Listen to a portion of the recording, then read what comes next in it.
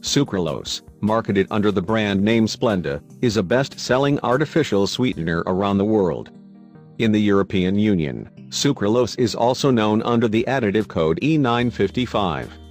Splenda is found in tens of thousands of processed food products sold in 90 different countries, many of which are specifically marketed to those seeking to either lose weight or manage their diabetes.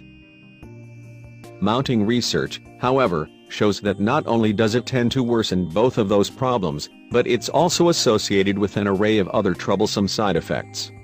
The website truthaboutsplenda.com lists a variety of consumer complaints from Splenda consumption, many of which mimic other health conditions. Some of the most commonly reported adverse effects include gastrointestinal problems, seizures, dizziness, and migraines, blurred vision, allergic reactions, blood sugar increases and weight gain. But that's not all. Now, an in-depth scientific review of sucralose published in the Journal of Toxicology and Environmental Health reveals an extensive list of safety concerns, including toxicity, DNA damage, and hatented carcinogenic potential when used in cooking. It also blows a huge hole in the argument that Splenda is a good choice for diabetics or those seeking to lose weight. Sucralose, not safe for cooking after all. The featured report came to several important conclusions, all of which challenge the generally recognized as safe GRAS status of sucralose. Of primary concern is that sucralose is not an inert substance. When heated, it releases chloropropanils, which belong to a class of toxins known as dioxins.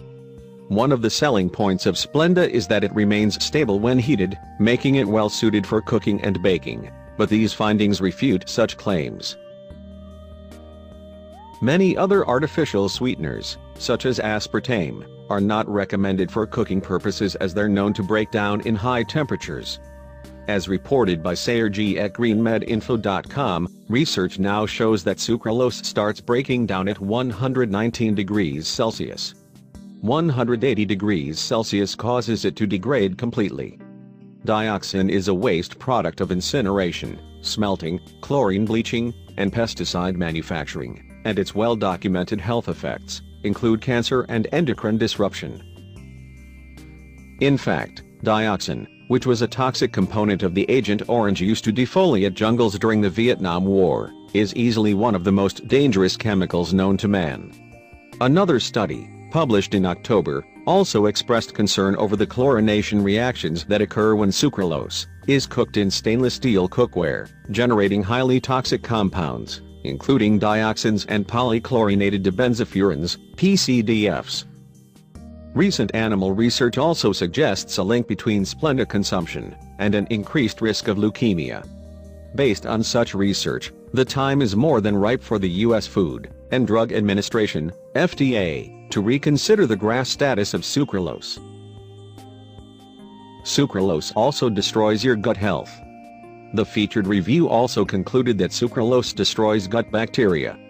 In fact, animal research published in 2008 found it could kill as much as 50% of your microbiome.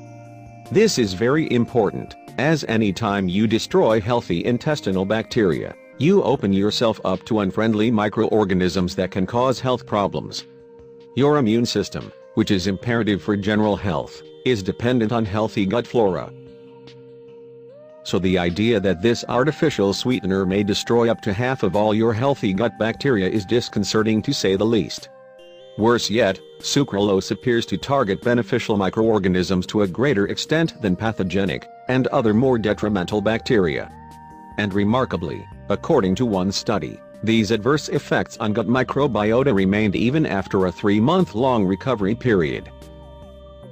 Early studies, upon which its approval was based, claimed that sucralose would simply pass unchanged through the human gastrointestinal tract, but more recent investigations show that it is indeed metabolized in your gut.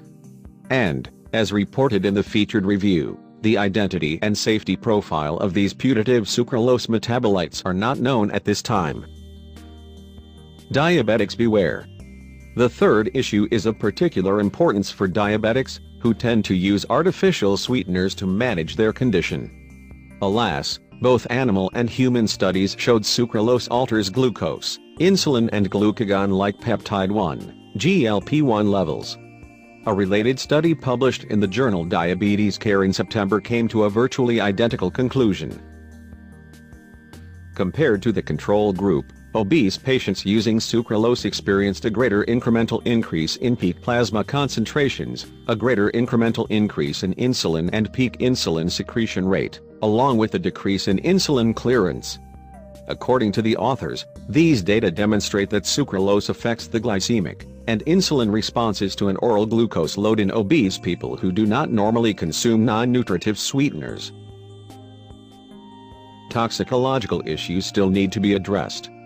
According to the featured review, there are numerous toxicological issues regarding long-term exposure to sucralose that remain unresolved.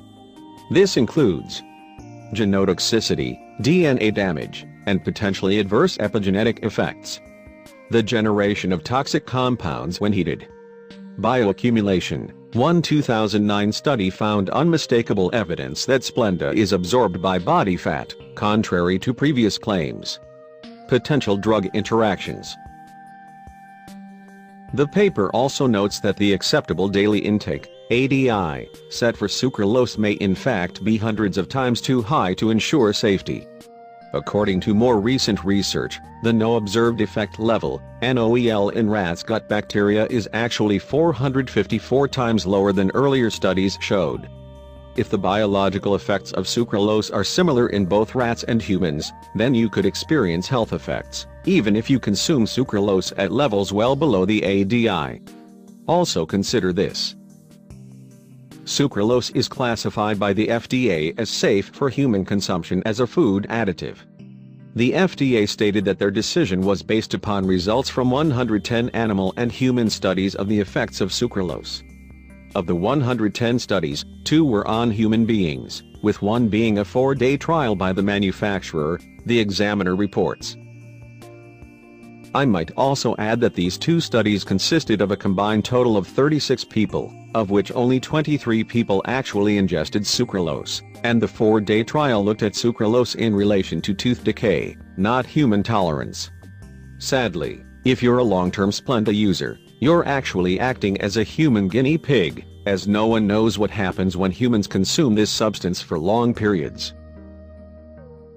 If you look through the research literature, you'll find that only about 10% of the studies involving sucralose have anything at all to do with safety. In fact, 8 years ago when I wrote the book Sweet Deception, in which I exposed the many concerns related to the consumption of artificial sweeteners, there were only 15 studies relating to the safety of sucralose, and 13 of them were funded by the company that makes Splenda, leaving enormous room for conflict of interest.